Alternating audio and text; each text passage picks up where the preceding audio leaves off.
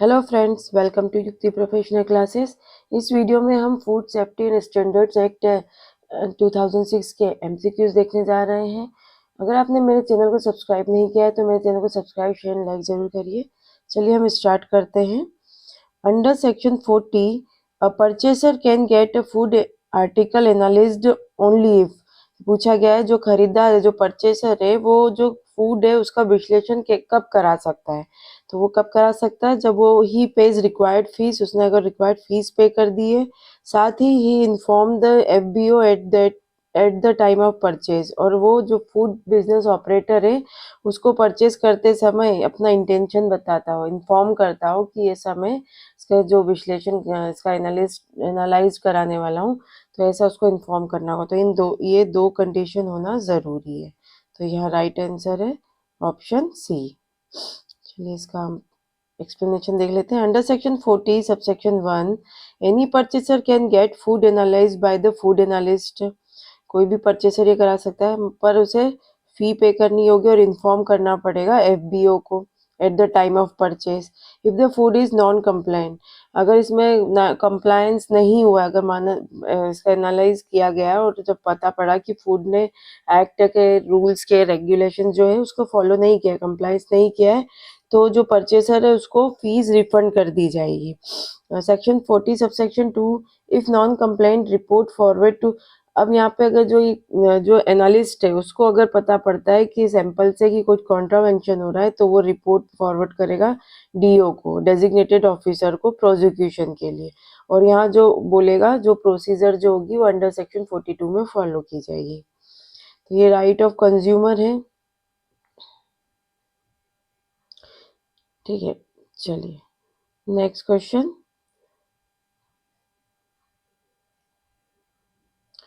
Under section 41, search and seizure by food safety officer, जो धारा 41 के अनुसार खाद्य सुरक्षा अधिकारी द्वारा तलाशी और जब्ती, इसमें क्या स्टेटमेंट चाहिए? Not irregular merely because witness are not local. तो केवल इस आधार पे कि जो विटनेसेस है, अगर कोई सर्च और सीजर किया गया है और वहाँ पे जो विटनेसेस है वो लोकल नहीं है, वहाँ के स्थानीय गवाह नहीं है, तो ये अमान्य नहीं होगी, ये इरेगुलर नहीं मानी जाएगी जो सर्च और सीजर हुआ है अंडर सेक्शन 41।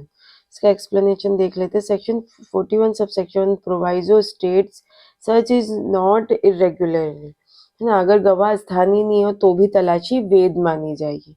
ठीक है, तो यहाँ पे यही बोला गया है कि ये इरेगुलर नहीं होगा अगर विटनेस जो है वो लोकल नहीं है। Section 41 sub section 2 apply CrPC provision. तो यहाँ पे सर्च सीजर इन्वेस्टिगेशन और प्रोसिक्यूशन की जो भी प्रोसेस होगी वो जो क्रिमिनल प्रोसीजर जो है उसमें जो दिया गया है उसके अकॉर्डिंग किया जाएगा। एफएसओ में search if reasonable doubt exist, अगर रिजनेबल डाउट अगर लगता है तो वो सर्च कर सकता है। Must report action to the designated officer, फिर वो क्या करेगा, डेजिग्नेटेड ऑफिसर को रिपोर्ट करेगा, उसकी जो एक्शन ली उसके रिपोर्ट बताएगा। यहाँ जो प्रोसीजर फॉलो होगी वो जो क्रिमिनल प्रोसीजर है उसके अकॉर्डिंग फॉलो की जाएगी। चलिए नेक्स्ट है। As per section 42 subsection 2, the food analyst must send the analysis report within. तो अब यहाँ पे जो फूड का विश्लेषण होगा, फूड के जो एनालिसिस होगा, वो उसकी जो रिपोर्ट जो होगी वो कितने टाइम पीरियड में भेजनी होगी। ठीक है, तो यहाँ पे within 14 days, sorry, within 14 days ये रिपोर्ट सेंड करनी होगी। तो इसका एक्सप्लेनेशन देख लेते हैं। Under section 42 subsection 2, the food analyst must analyse the sample and send report within 14 days. जो एनालिस्ट होगा वो क्या करेगा, उसका एनालिसिस करेगा, रिपोर्ट को 14 दिन के अंदर भेजेगा, डेजिग्नेटेड ऑफिसर को भेजेगा। Report must include method of sampling and analysis, तो कैसे उसने मेथड यूज किए सैम्पलिंग के लिए, एनालिसिस किए, जो भी मेथड है उसके बारे में रिपोर्ट भेजी जाएगी। Copy goes to designated officer and commissioner of food safety. तो जो ये रिपोर्ट की कॉपी है ये डीओ को और सीएफएस को भेजी जाएगी। चलिए next question. Under section 42 subsection 4 offences punishable with imprisonment beyond 3 years shall be referred to. तो यहाँ पूछा गया है कि जो अगर 3 साल से ज़्यादा के जो दंड इम्प्रिजनमेंट दिया गया है तो वहाँ पर ऐसा मामला किसे भेजा जाएगा। तो ऐसा मामला यहाँ पे स्पेशल कोर्ट को भेजा जाएगा, विशेष न्यायालय को। As per section 42 subsection 4b, offences punishable with imprisonment exceeding 3 years go to special court. If special court not established, tried by ordinary court, or DO send recommendation to commissioner who decide forum. ठीक है, तो यहाँ पे यही बोला गया special 3 साल से ज़्यादा के लिए अगर कोई मामला है, इम्प्रिजनमेंट है, तो वो स्पेशल कोर्ट के पास भेजा जाएगा, और अगर स्पेशल कोर्ट नहीं बनाई गई है तो फिर ट्रायल जो होगा वो ऑर्डिनरी कोर्ट के द्वारा ही किया जाएगा। चलिए नेक्स्ट है under section 43 subsection 1 laboratories must be accredited by धारा 43(1) के तहत प्रयोगशाला जिनके द्वारा मान्यता प्राप्त होनी चाहिए, तो वो जो होगी वो है NABL के थ्रू। तो यहाँ जो NABL का फुल फॉर्म होगा national accreditation board for testing and calibration laboratories. तो इसके द्वारा मान्यता प्राप्त होना चाहिए, जो कि फूड एनालिस्ट का मतलब जो सैंपल है उसका एनालिसिस करने के लिए काम करेंगे। ऐसी लेबोरेटरीज उनको इसके द्वारा मान्यता प्राप्त होना चाहिए। Section 43 subsection 1 food authority notifies lab and institution accredited by NABL। ठीक है, तो यहाँ फूड अथॉरिटी है जो वो यहाँ पे नोटिफाई करेगी लेबोरेटरीज और इंस्टीट्यूशन को जो कि NABL के द्वारा मान्यता प्राप्त है। May also recognise labs accredited by any other agency, है ना, तो अदर एजेंसी को भी रिकॉग्नाइज करेगी। पर्पस होगा analysis of sample by food analyst, जो यहाँ पे जो फूड एनालिस्ट के द्वारा सैंपल का एनालिसिस हो रहा है ये काम कराने का पर्पस होगा। ठीक है, अब नेक्स्ट है section 44 empowers food authority to recognise. तो धारा 44 खाद्य प्राधिकरण को निम्नलिखित को मान्यता देने की शक्ति देता है। तो किसको देता है ये?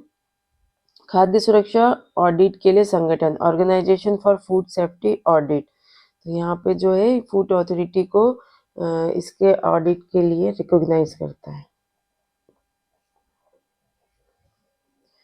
चलिए इसका explanation. Section 44 allows recognisation of organisation और agency for food safety audits. ठीक है, तो यहाँ पे फूड सेफ्टी ऑडिट कराने के लिए ऑर्गेनाइजेशन और एजेंसी को रिकॉग्नाइज करेगा।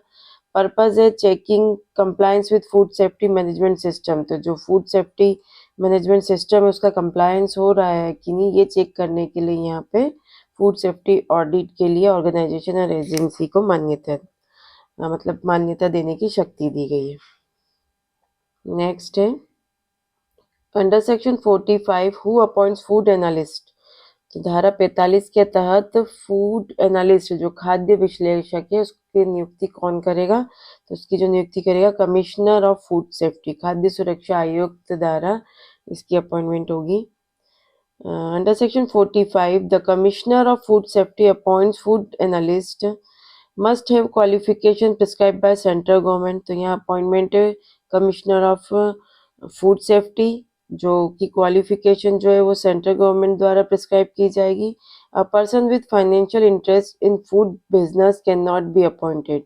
यहाँ पे ऐसे पर्सन को अपॉइंट नहीं किया जाएगा जिसका इंटरेस्ट फूड बिजनेस में है ना। तो यहाँ पे जो अपॉइंटमेंट होगी वो मतलब फूड बिजनेस के अलावा अगर किसी का कोई है उस पर्सन को अपॉइंट किया जाएगा, जिसका फाइनेंशियली इंटरेस्ट है उसको नहीं किया जाएगा। डिफरेंट फूड एनालिस्ट में be appointed for different food articles. तो अलग अलग आर्टिकल्स के लिए अलग अलग फूड एनालिस्ट अपॉइंट किए जा सकते हैं। ठीक है, नेक्स्ट क्वेश्चन नमूने का पैकेट प्राप्त होता है तो सेक्शन 46 सब सेक्शन 1 के अनुसार उसका पहला कर्तव्य क्या है? मतलब सैंपल का पैकेट आया है, ठीक है, तो यहाँ पर उसको जब पैकेट जैसे ही आया है तो उसको क्या करना होगा? तो यहाँ पे क्या करेंगे? सील की तुलना नमूना सील से करना और उसकी स्थिति दर्ज करना। Compare the seal with specimen and note condition, तो यहाँ पे कंपेयर किया जाएगा। जैसे ही उसका पैकेट आता है सैंपल का, तो उसका जो उसकी जो सील है उसको कंपेयर किया जाएगा एक उसके कोई सैंपल के साथ, और उसकी जो भी कंडीशन है उसको लिखी जाएगी। Explanation is Section 46 subsection 1 states that the food analyst must compare the seal of the container with the specimen seal impression sent separately. This ensures sample integrity before testing. ठीक है, तो यहाँ पर जो फूड एनालिस्ट है, सबसे पहले क्या उसके पास सैंपल आया ना, तो वो क्या करेगा, जो कंटेनर है जिस पर सील है उसका कंपैरिजन करेगा जो स्पेसिमेन जो है, सैंपल जो है उसके उस पर जिस तरीके से जो सील है, मतलब ये देखने के लिए कि उसमें कुछ जो सैंपल है उसमें छेड़छाड़ तो नहीं हुई है, ये चेक करने के लिए यहाँ पे फूड एनालिसिस उसका कंपेयर करेगा। ठीक है, फिर है नेक्स्ट क्वेश्चन है, if the food analyst find the sample container broken और unfit for analysis what must he do. अगर इसको लगता है फूड एनालिसिस को कि जो सैंपल कंटेनर आया है वो टूटा हुआ है या फिर उसका एनालिसिस विश्लेषण नहीं किया जा सकता है, तो उसको फिर क्या करना होगा, तो वो क्या करेगा, inform designated officer with in 7 days, 7 दिनों के अंतर्गत वो डेजिग्नेटेड ऑफिसर को इसके बारे में सूचना देगा। Section 46 subsection 1 proviso requires the analyst to inform the DO within 7 days and request the second part of the sample. तो वो क्या बोलेगा, विश्लेषक 7 दिन के भीतर डेजिग्नेटेड ऑफिसर को इन्फॉर्म करेगा और बोलेगा दूसरे भाग की मांग कर, मतलब दूसरा पार्ट सैंपल के दूसरे पार्ट की मांग करेगा कि दूसरा हो। What is the time limit given in the food analysis to send this report under section 46 subsection 3? तो जो सेक्शन 46 सबसेक्शन 3 में जो विश्लेषक जो है वो अपनी रिपोर्ट कितने समय के अंतर्गत भेजेगा, तो यहाँ पर भी 14 डेज है, मतलब जो फूड एनालिसिस्ट अपनी रिपोर्ट 14 दिन के अंतर्गत भेजेगा। Section 46 subsection 3 mandates the report must be sent with in 14 days, तो 14 दिन के अंतर्गत उसे भेजना होगा। नेक्स्ट है, normally into how many parts must the sample be divided by the FSO, तो FSO को सामान्यतः नमूने को कितने भागों में विभाजित करना चाहिए, तो वो उसे 4 भाग में 4 पार्ट्स में वो डिवाइड करेगा। Section 47 subsection 1B clearly states the sample must be divided into 4 parts, sample को 4 पार्ट्स में डिवाइड करना होगा। नेक्स्ट है, under section 47 subsection 1C which of the following is correct है, इसमें बताना है कौन से यहाँ पे करेक्ट है, तो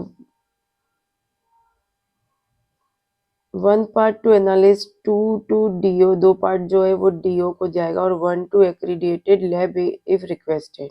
ठीक है, तो यहाँ पर जो सैंपल आएगा वो 1 पार्ट तो विश्लेषक को, 2 DO को और मान्यता प्राप्त लैब को अगर अनुरोध किया है, तो इस तरीके से 4 पार्ट का यूज होगा।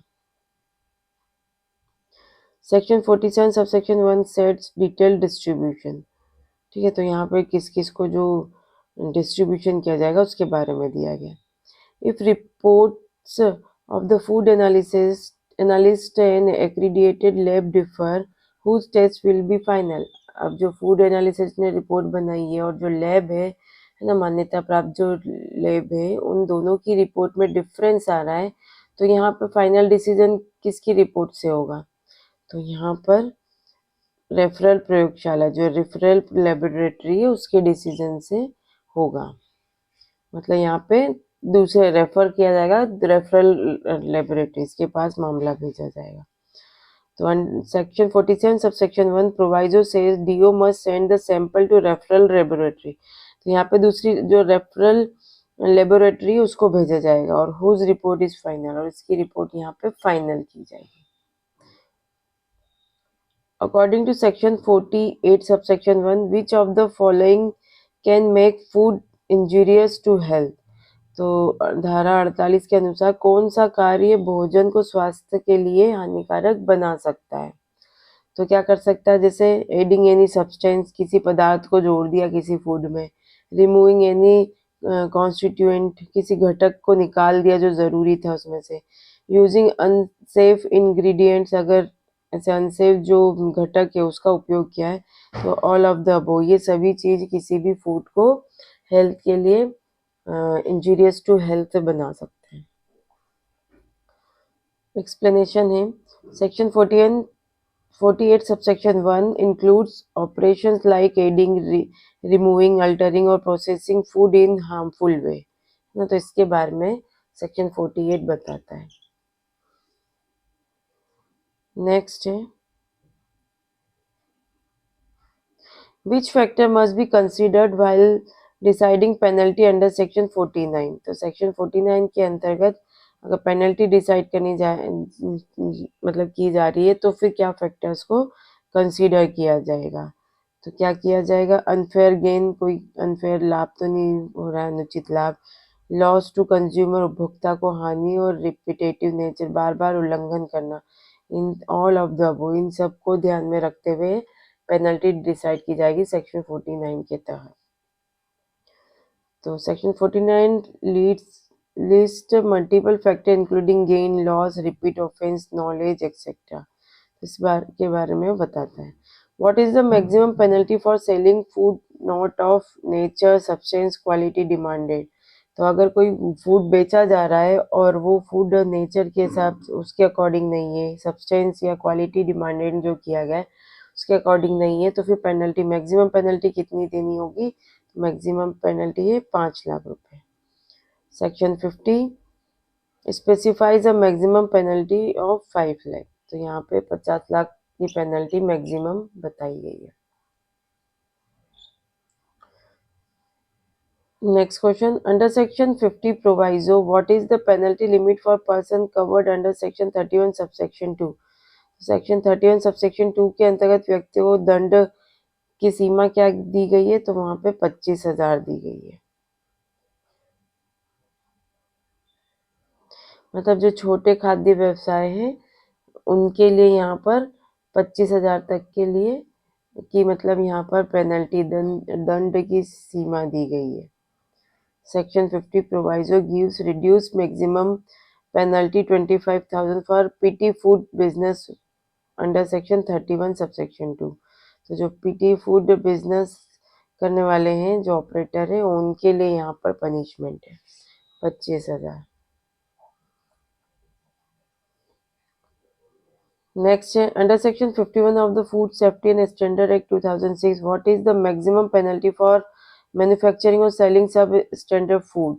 तो सेक्शन 51 में बोला गया है कि जो सब स्टैंडर्ड का जो अवमानक खाद्य पदार्थ है बनाने या बेचने के लिए मैक्सिमम पेनल्टी कितनी है? तो यहाँ 5 लाख रुपए बताई गई है। तो section 51 imposes a penalty up to 5 lakh for manufacturing, storing, selling, distributing or importing substandard food.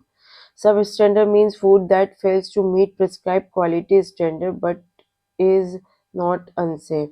Substandard मतलब क्या होगा? जो उसकी क्वालिटी होनी चाहिए वो उसके स्टैंडर्ड को पूरा नहीं कर रहा है, लेकिन वो अनसेफ तो नहीं है। ठीक है, स्टैंडर्ड को पूरा नहीं कर रहा है लेकिन वो अनसेफ भी नहीं है। नेक्स्ट है, section 52 prescribe a maximum penalty of how much for miss branded food. अगर कोई मिस ब्रांडेड किया गया है, कोई फूड है उसका मिथ्यांकन किया गया, मिस ब्रांडिंग की गई है, तो यहाँ पर कितना मैक्सिमम पेनल्टी देना होगा? तो यहाँ मैक्सिमम पेनल्टी है 3 lakh rupees. Section 52 subsection 1 provides penalty up to 3 lakh for manufacturing, selling or importing misbranded food.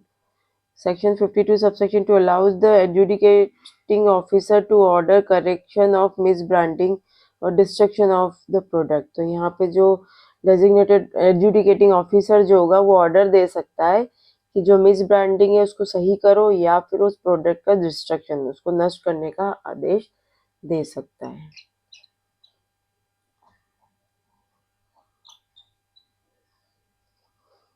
Next question, under section 53 the maximum penalty for misleading advertisement is, तो यहाँ पे मैक्सिमम जो है भ्रामक विज्ञापन के लिए, इसके पहले हमने मिस ब्रांडिंग पढ़ा था, यहाँ मिसलीडिंग एडवर्टाइजमेंट है, ठीक है। तो यहाँ पे टोटल जो लगेगा 10 lakh rupees.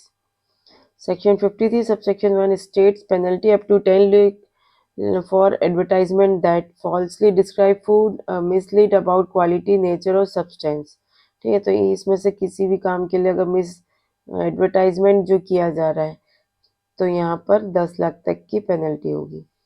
Section 53 subsection 2 clarifies that even accurate composition labels don't protect the offender from liability.